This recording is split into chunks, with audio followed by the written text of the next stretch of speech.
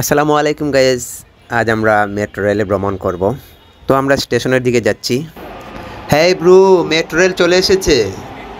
Metro rail চলে এসেছে। আমরা এখন শাহবাগ থেকে মতিঝিল যাব মেট্রো রেল দিয়ে। বাংলাদেশে এই প্রথম মেট্রো রেলে জার্নি হবে।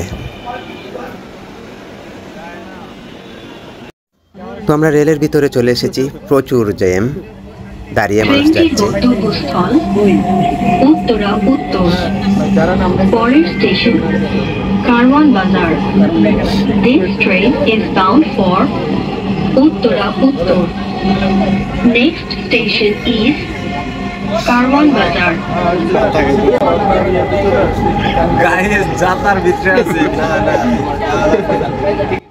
বাংলাদেশে এই প্রথম মেট্রো দিয়ে যাচ্ছি।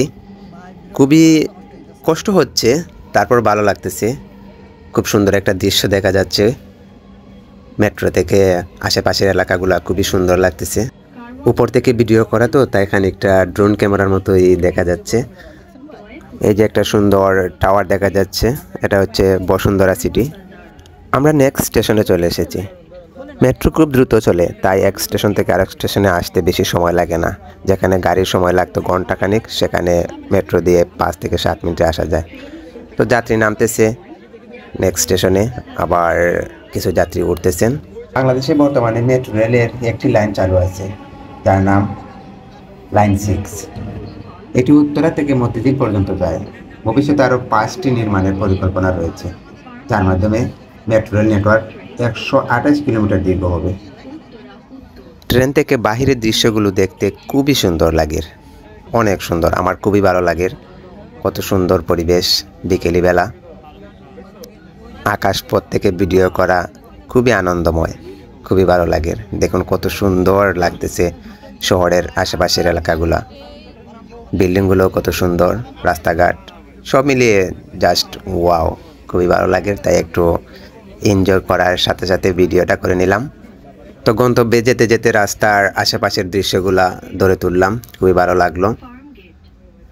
আমরা আবার আরেকটি স্টেশনে চলে এসেছি।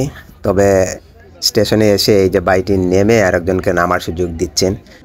তবে আমার কাছে এই বিষয়টি সুন্দর লাগতেছে না, মানুষ নেমে আরেকজনকে নামার সুযোগ দিচ্ছে। বিদেশে তো খুব সুন্দরভাবে মানুষ বসে বসে যায়। যাই হোক, এটা তো বাংলাদেশ, সেজন্য এমন।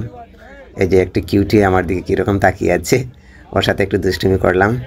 তো ওইভাবেই যাচ্ছিলাম আমরা। দেশের মান সম্মান শেষ হবে না।